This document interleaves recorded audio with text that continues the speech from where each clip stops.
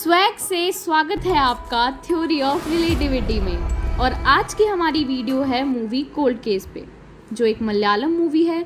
बात करूं अगर कास्ट की तो पृथ्वीराज सुकुमारन इसमें रोल निभा रहे हैं एसीपी का, जिनका नाम है सत्यजीत, और अदिति बालन है जो एक जर्नलिस्ट है। कोल्ड केस हाल ही में रिलीज़ हुई है, उसका हम करेंगे प्लॉट एक्सप्लेन। तो चलो बिना समय बर्बाद करते जानते हैं कि आखिर मूवी की कहानी क्या है। तो कहानी शुरू होती है अदिति बालन, जो एक जर्नलिस्ट है जिसका नाम है मेधा। वो अपने रहने के लिए रेंट पर एक घर ढूंढती हैं। मेधा की 8-10 साल की बेटी भी है और मेधा अपनी पति से अलग रहती है। और जो घर वो रेंट पर लेती है वहाँ कुछ पैरानॉर्मल चीज़ें होती हैं। उसी के पैरेलल एक कहानी और चल रही होती है, जहाँ एक मछुआरे को नदी में जाल डालते समय एक ह्यूमन स्कल मिलता है। अब ऐसी अफवाह होती है कि शायद मिनिस्टर के बेटे का एक लड़की से झगड़ा हुआ होता है, तो शायद ये स्कल उस लड़की का हो। इसलिए मिनिस्टर ऑर्डर देता है कि जल्द से जल्दी एक टीम अपॉइंट की जाए।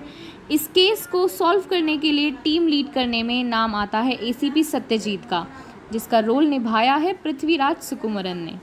फॉरेंसिक जांच से पता लगता है कि ये ह्यूमन स्कल एक लड़की का है, जिसकी हत्या सितंबर या अक्टूबर 2019 में हुई होगी और जिसकी उम्र 25 से 29 के बीच की होगी। एसीपी सत्यजीत फिर ऑर्डर देते हैं कि जितने भी गवर्नमेंट में लास्ट 2 ईयर से मिसिंग केसेस रिपोर्ट हुई हैं, उनमें जितने भी केसेस 25 से 29 उम्र की लड़कियों के हैं, उनका डॉक्टर की मदद से स्कल से फेस मैच किया जा सके। खोजबीन के बाद पता चलता है कि ऐसी 37 लड़कियां हैं जो लास्ट 2 ईयर में मिसिंग हैं और 25 से 29 उम्र के बीच की हैं। जांच के बाद डॉक्टर से पता लगता है कि उन 37 लड़कियों में से किसी का भी फेस उस स्कल से मैच नहीं करता। फॉरेंसिक की जांच कराने के बाद पता लगता है कि उस स्कल के सारे तीत गिर चुके होते हैं, पर एक तीत नहीं गिरा होता, जो प्रोथेटिक तीत होता है। अब डॉक्टर एसीपी सत्यजीत को सजेस्ट करते हैं कि इसके लिए आप ऑर्थोडोंटिस्ट से मिलें, जो आपको बेहतर जानकारी दे पाएगा। ऑर्थोडेंटिस्ट के मिलने पर पता लगता है कि विक्टिम ने डेंटल ट्रांसप्लांट कराया होगा। ये सुन के सत्यजीत अपनी टीम को सिटी के सारे डेंटल क्लिनिक से डाटा कलेक्ट करने के लिए बोल देते हैं, जिसने भी इस तरीके का डेंटल ट्रांसप्लांट कराया है।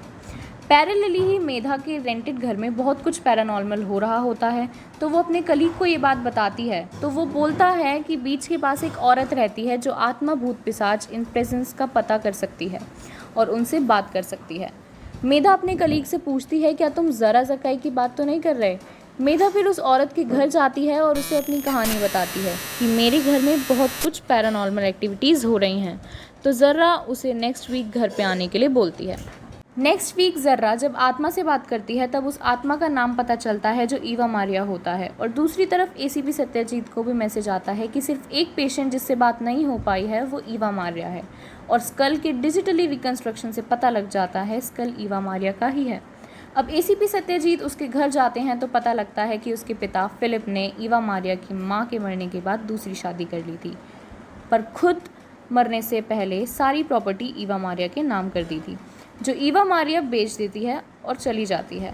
अब एसीपी फिलिप की दूसरी पत्नी के पास जाते हैं और पूछताछ के लिए, तो पता लगता है कि ईवा मारिया ने एक नॉर्थ इंडियन लड़के से शादी कर ली थी। दूसरी तरफ मेधा को जैसे ही पता लगता है ज़र्रा से कि उसका घर स्पेशली फ्रिज पोजेस्ड है, और ये सब ईवा मारिया इसलिए कर रही है क्योंकि उसका कुछ काम अधूरा रह गया है जो वो मेधा से पूरा कराना चाहती है। अब क्योंकि मेधा एक जर्नलिस्ट होती है, तो वो खुद भी इन्वेस्टिगेशन शुरू कर देती है और वो देखती है कि फेसबुक में ईवा मारिया और उसकी म्यूचुअल फ्रेंड में मेधा की वकील भी होती है, जो ईवा मारिया की भी डिवोर्स लॉयर होती है। और ईवा मारिया का हस्बैंड दर्शन देव होता है, जो मेधा जिस ऑफिस में काम कर रही होती है उस कंपनी का बॉस होता है। जब मेधा अपने कलीग से पूछती है अपने बॉस के बारे में, तो पता लगता है कि असली में दर्शन देव ईवा मारिया से डिवोर्स लेके और चैनल के मालिक की बेटी रोशनी से शादी करके बना है। उधर सत्यजीत को कॉल डिटेल से पता लगता है कि लास्ट लोकेशन टाइम अप्रैल 2020 था, पर फॉरेंसिक के हिसाब से तो ईवा मारिया की डेथ तो सितंबर या अक्टूबर 2019 में ही हो चुकी थी। कुछ समय बाद एक कटा हुआ हाथ मिलता है, जिसमें उन्हें हेयर का सैंपल भी मिलता है। फॉरेंसिक जांच से पता लगता है कि ये बाल जिसका भी है वो किसी लड़की का है जिसके छोटे बाल हैं और शायद किलर का हो। पुलिस जब ईवा मारिया का फेसबुक अकाउंट देखती है तो उसमें ईवा मारिया का लास्ट पोस्ट अप्रैल 2020 का होता है। जो वाराणसी का होता है। ध्यान से चेक करने पे पता लगता है कि उस टाइम पे कोविड कैंपेन चल रहा था और जो भी लोग दूसरी स्टेट्स में थे उन्हें वापस अपनी स्टेट्स में स्पेशल बस से बुलाया जा रहा था। पैसेंजर्स की डिटेल्स चेक करने पे पता लगता है कि एसीपी सत्यजीत के अंकल भी उसी बस में थे और ईवा मारिया जो उस टाइम वाराणसी में थी वो भी उसी बस में थी।